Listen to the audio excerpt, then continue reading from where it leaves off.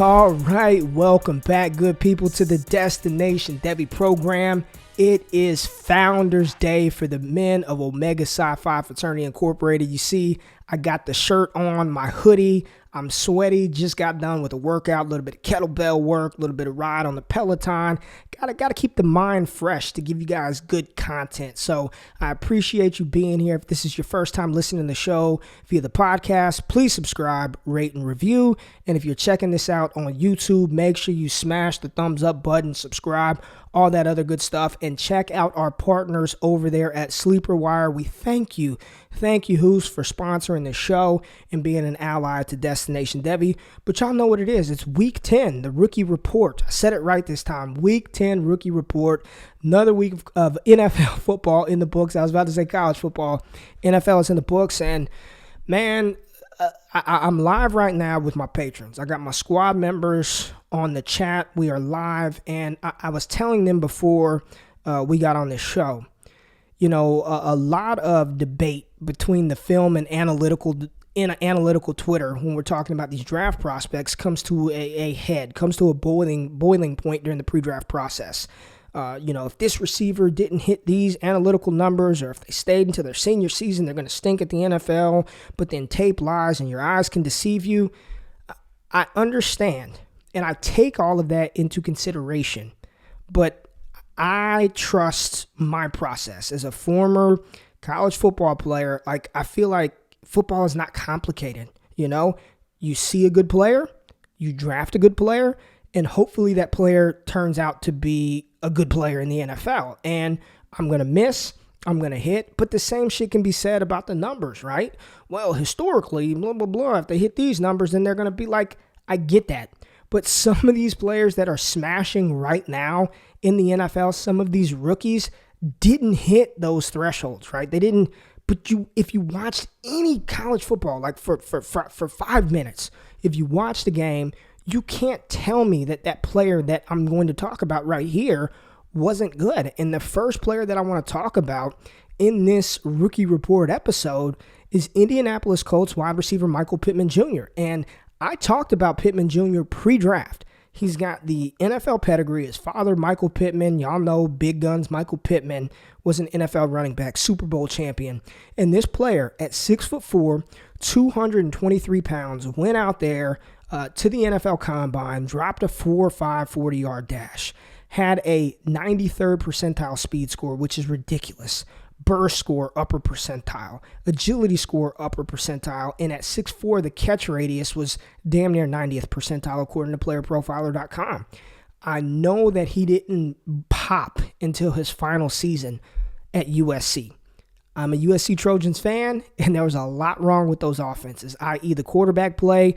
Once he got Keaton Slovis, it was wheels up for Michael Pittman Jr. He was a good collegiate player. And what he's done over the past 2 weeks for the Colts has been nothing short of outstanding. And you're talking about a player with an above 80% snap share in his past 2 games, coming back from that injury, right? Week 9 versus Baltimore, this past week 10 versus Tennessee.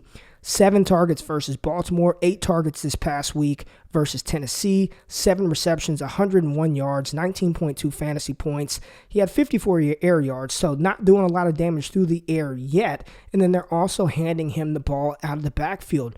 Michael Pittman Jr., he was drafted at the top of the second round to be the alpha in that offense. Michael Pittman Jr. is the alpha in that offense. T.Y. Hilton is old and decrepit and not that good anymore. Zach Pascal is okay, but he is not an alpha. Michael Pittman profiles as an alpha X wide receiver, and they're moving him around all over the formation, best comparable to Dwayne Bowe. If you're in Dynasty right now, I don't know how easy it would be to acquire Pittman straight up, but he'd be a player that I'd be trying to package up in a deal, moving off a veteran and trying to get Pittman Jr. This kid is good. This kid is good. He's got the size. He's got the athleticism. And we've seen over the past 2 weeks his usage and involvement increase. Pittman Jr., baby. Get you some Michael Pittman Jr. Now, this next player who we all knew, and I got to be vulnerable and open here. I've talked about this for like the past 3 days on Twitter of how bad I feel about not trusting my process. The entire 2018-2019 seasons, 2 years, DeAndre Swift was my highest rated running back, top rated running back, dual threat running back, TDT, 3-down threat, can run the ball out of the backfield, can run the ball, catch passes out of the backfield. And we saw this going back to his 2017 true freshman season, playing alongside Nick Chubb and Sony Michel and getting significant work with two of Georgia's best running backs. We saw what DeAndre Swift did throughout his collegiate career and all of last season. My running back won. And in February, right before the combine hit, I moved him down. I moved him down under Jonathan Taylor, and then the NFL draft happens, and I moved him below Clyde Edwards-Helaire and Jonathan Taylor.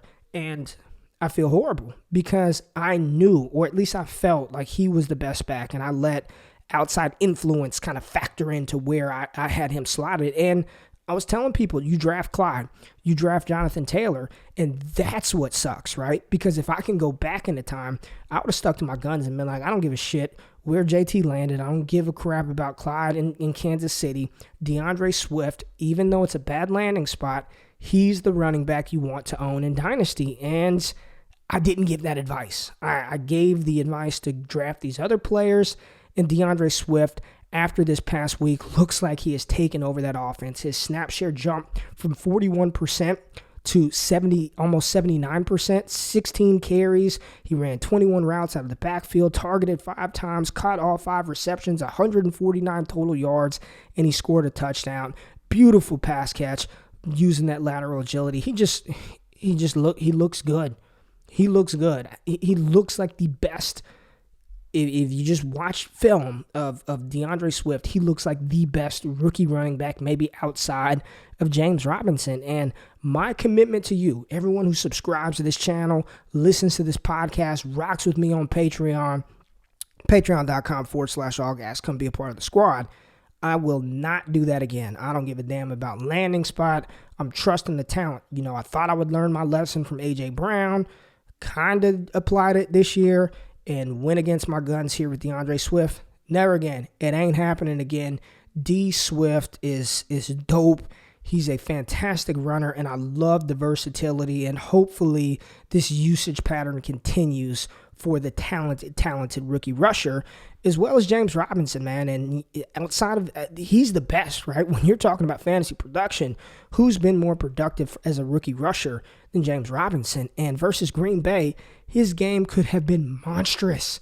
He had 23 carries, ran 19 routes, had 5 targets, caught 2 balls, 112 total yards, 2 touchdowns called back, 2 TDs called back on these holding calls, both of them not 1-yard runs either. I think one was like a 10-yard carry. Another one was like a 15, 16-yard run. Both of those called back. James Robinson, y'all know me. I have no problem saying I was wrong. I was wrong. Unless I know I'm getting a top 5 pick in 2021, I ain't trading James Robinson. He's going to start next year. I do believe they're going to bring in some competition. Well, maybe not competition, but complementary players to share the workload with him so they're not beating him into the ground. But man, this dude is legit, and it seems like every single week we're talking about James Robinson. He's good. We're going to continue to talk about him. Still go out there and buy James Robinson from people like me who have been trying to unload him or have told you to sell this player. James Robinson is legit. I'm here for it. I want him. He's good. As well as Antonio Gibson, another one of these rookie running backs who go check the receipts. Let me just tell y'all something. There's not a player, or very few. There are very few. There are a lot of players. I've talked about everybody. Like, I don't just do this. Like, this isn't a mirage. This isn't fake. Like, I actually love, live, breathe college football and scouting. Like, identifying prospects is easy. Setting a damn lineup, don't ask me any advice. I don't know. I can't set my own lineup. But when you're talking about talent, I got you covered with talent. If you're looking for players who are going to be producers, who are going to have an opportunity to produce, you need to rock with me. I'm just telling you, I ain't tooting my own horn. I'm just telling you how it is, man. I'm telling you how it is. I called.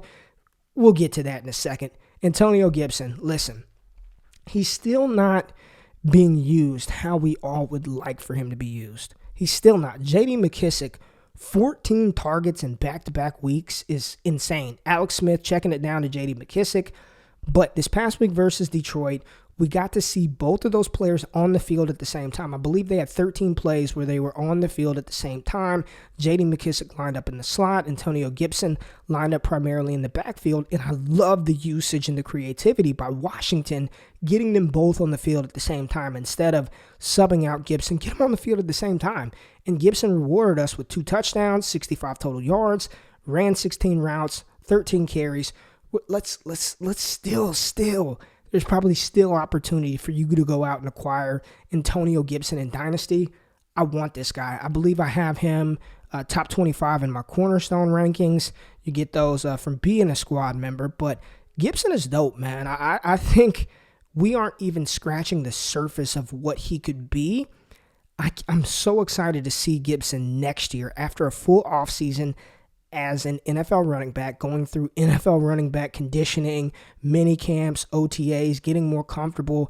And oh my gosh, people, if the Washington football team is in a position to draft Justin Fields, and you put Justin Fields at that quarterback with Terry McLaurin, with Antonio Gibson, good things could happen. I'm excited about the potential. And as a Cowboys fan, I don't want to say that about the football team, but Antonio Gibson is a phenomenal talent, and I believe we're just scratching the surface of what he can become for us in fantasy here in the near future.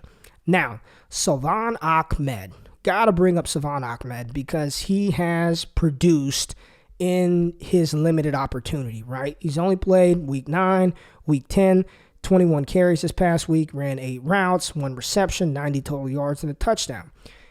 This was a player that I talked about coming out of Washington. I thought he was much more explosive, much more dynamic, at least on tape, than how he tested. And that's why sometimes to a certain degree, I take the combine with a couple of grains of salt. I'm not going to say a tiny grain because it does matter, but just go to Twitter, put @RayGQ, and then type in Salvon Ahmed's name. And you tell me the clips that I showed you, he looks like he runs a 4.6. He looks like he's the same speed as Zach Moss. He doesn't. His on-field speed versus his game, versus his underwear speed are completely different. And he's looked good for Miami. He's looked good. And as a Myles Gaskins, as I have some Myles Gaskin on my team, I'm a little concerned because I don't think Ahmed is going to go away. They just released Jordan Howard, which tells me, okay, Matt Breida is probably getting healthy, and I think Gaskin was on the short-term IR 3 weeks, so his time should be up, if not after this week, but the next week. So we could have more backfield competition, but he's worth a stash. I think he's shown enough to stay involved to some degree in this offense. What that really looks like, I don't know. But I do like what he's shown early, and Tua is, I talked about this with Trevor Lawrence and Justin Fields. Tua is a floor-raising quarterback. So when you've got quarterbacks like Tua, like Justin Herbert, like a Joe Burrow, they elevate everybody else on that team. And Tua has Devontae Parker looking good. He's getting Mike Gesicki a little more involved here and there. Ahmed looks good. So he's a player that I'm mildly interested in. I don't know how much I'd be willing to pay to acquire him in Dynasty. A third, maybe a fourth, if that. Maybe a third, high third, hell no. Low third, high fourth, sure. But Ahmed definitely deserves a little attention here on this rookie report. Now, we're getting into the meat, the good, you know what. And these 3 receivers, folks. Tee Higgins, I believe it was episode 43 of the podcast where it was Tee Higgins, Apex Predator. I didn't care. You know, I kind of shit on him a little bit for not testing because of the excuse, right? Oh, I'm tired. I'm tired. I didn't get time to heal from playing college football. Like, that was kind of weak sauce to me, but I didn't care what he ran at the combine. I really wanted to see Tee Higgins in his junior season because coming off of his sophomore year, it looked like Justin Ross was the alpha. His final season, he was that dude, and that offense went as Tee Higgins went. Of course, Trevor Lawrence and Travis Etienne. But Higgins has been nothing short of fantastic. Since week 3, he has not had one game under 10 fantasy points. And this past Sunday versus Pittsburgh, matched up against Joe Hayden primarily, 98% snap share, 41 routes, 9 targets, 7 receptions, 115 yards, and a touchdown, with 106 of those yards being air yards getting down the field, 22.5 fantasy points. Tee Higgins is a bona fide stud. Bona fide stud. You know, as much as, and let me vibe with me here. Listen to me. Hear me out, people. We were so quick to anoint CeeDee Lamb as a top 5 dynasty wide receiver. I ask you this question. Why not Tee Higgins? Why not Justin Jefferson? Is it because of the quarterback? Is it because of the offense? Because if it's the quarterback, well, the Cincinnati Bengals have Joe Burrow. Joe Burrow handpicked Tee Higgins. They are the future of Cincinnati. Why not Tee Higgins? Is CeeDee Lamb that much better than Tee Higgins to where it's CeeDee Lamb is top 5 and Tee Higgins is what, 18th? I call BS on that. And as I'm talking myself through this, as I'm talking to you, I'm thinking, well, what is it? Is it that Dallas Cowboys star? Is it what we saw earlier from CeeDee Lamb? Tee Higgins has been just as good, if not better than CeeDee Lamb this season on an offense that Dallas offense is worse. But at the beginning, it was better with Dak Prescott. It stinks now. But I'm just asking the question, why not Tee Higgins? And I think there's more of a case to be made for Tee Higgins being, if CeeDee Lamb is a top 5 dynasty wide receiver, then Tee Higgins has got to be top 8 at least, as well as Justin Jefferson. And I talked about with the patrons earlier, we talked about Terrace Marshall, the rising junior, or the current junior for LSU, and my thoughts about him being a first-round pick here in the 2021 NFL Draft, believing he has a chance to be a first-round pick. Justin Jefferson, man, just you guys, if you guys don't know the story of how he came to be at LSU, I suggest you check it out, but I'll give you the cliff notes. His brother, Jordan Jefferson, was a quarterback, not a good one either. I mean, they played, I believe he was the quarterback of that national championship game where it was like 9-6, just a defensive battle where Alabama had like a whole team of defenders that went to be top 3-round picks, and LSU did as well. But Justin Jefferson was hardly recruited coming out of high school. I believe the only reason he got a scholarship offer to LSU is because he had 2 brothers that played at LSU. So he's a 2-star recruit. Check this out. Verified 4.88 40-yard dash coming out of high school. He was slow. Skinny, strangly guy. Did absolutely nothing in his freshman season. But then his sophomore season, quietly, he had a fantastic sophomore season with a Joe Burrow who came on late, okay? And then we all know what he did during his final season at LSU, over 1,500 yards, 18 touchdowns, All-American status, first-round pick. And what he's doing now in Minnesota with Kirk Cousins this past Monday just absolutely abused Kyle Fuller and rookie cornerback Jalen Johnson. 35 routes run, 10 targets, 8 receptions, 135 yards, 21.5 fantasy points. He is, I said it again, baby. Just type in a player's name in RayGQ and all the receipts will pop up. I said this shit in September, in October, in November, in December, that Justin Jefferson would be the discount version of what everyone thought Jerry Jeudy would be. I hope you drafted Jefferson and didn't spend the top 5, top 6 pick on Jerry Jeudy. And I'm not here to dump on Jerry Jeudy. I think he's talented, but there's no question I want Justin Jefferson over Jerry Jeudy. He's a route running savant. You know, yes, Jerry Jeudy's routes are more crisp, but Jefferson's usage of the way he uses his body and leverage, he hit Fuller, who's one of the top cornerbacks in the NFL, and Jalen Johnson with filthy rocker steps, just abused Johnson to where he tripped over his own feet. And I know that happens this corner, but when you've got a player like that who just uses leverage, body, has outstanding hands, I think his hands are better than Jerry Jeudy. Jerry Jeudy is a cradler, drops a lot of passes, dropped a lot of balls at Alabama. I think Justin Jefferson is the better receiver. It may not look as fun as Jerry Jeudy. I think he's the better wide receiver. And again, if we're talking about CeeDee Lamb as a top 5 Dynasty wide receiver, then Justin Jefferson. If Tee Higgins is top 8, Jefferson is top 7. I mean, if we're going to play that game, CeeDee Lamb is not head and shoulders better than those guys. I think he is the wide receiver 1 in the 2021 class, in the 2020 class coming in. But based on what these dudes are doing right now, if we had to redo it, those people who were just automatically slotting CeeDee Lamb in as wide receiver 1, I just think we just got so used to hearing that we roll with that. But based on production, give me Tee Higgins, give me Justin Jefferson, and Chase Claypool.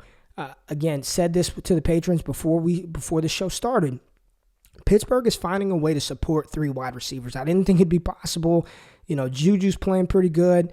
Chase Claypool's doing his thing. Deontay Johnson, when he's healthy, he's balling out. And this past week, 10 targets for Claypool, only 62% snap share, 4 receptions, 42 yards, but he had 2 touchdowns in this matchup, 19.9 fantasy points in that contest. And the past couple of weeks, double-digit fantasy points for Chase Claypool. He had a stinker versus Tennessee, but before that, 18 points, 42 points, 3 points, 17 points. Like, sorry, Claypool, I should have never called you a tight end. You're good.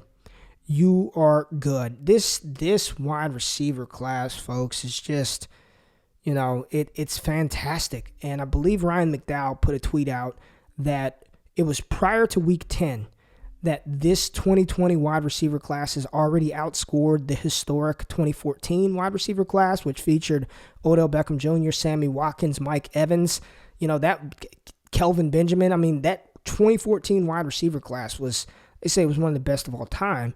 And these 2020 guys have already exceeded that. The game is changing. And my advice to you all who are watching this play out is be ready for 2021, because I know the names Jamar Chase, and Jalen Waddle, and Devonta Smith, and Rondale Moore, but players like Amon-Ra St. Brown, Seth Williams, what could Tamarion Terry be later on? Elijah Moore, who I talked about on the Futurecast show that dropped on the Roto Underworld Radio Network. There are some very, very good wide receivers in this 2021 class, and I promise you I will not allow us to make the same mistakes as we did this year, because these dudes are coming in balling right out of the gate. So that's it for this show. I appreciate you dropping by. I appreciate you rocking with me. My squad members who are on the live feed, who stuck with me through this one, thank you. I'm going to jump back in and holler at y'all real quick. But if y'all like the content, if you like what we're laying down on the Destination Devy channel, please subscribe. Doesn't just hit the subscribe button, hit a thumbs up button, engage in the comments. There's a lot of good stuff going on. My man Jordan Richards dropping videos, and I got some other good stuff coming as far as content on the podcast side that I want to announce very, very soon. It's coming, and again, geared to help you be better in Devy and Dynasty. So I appreciate y'all rocking with me. I appreciate y'all stopping by, but y'all know, man, I'm rambling, baby. Drop the music.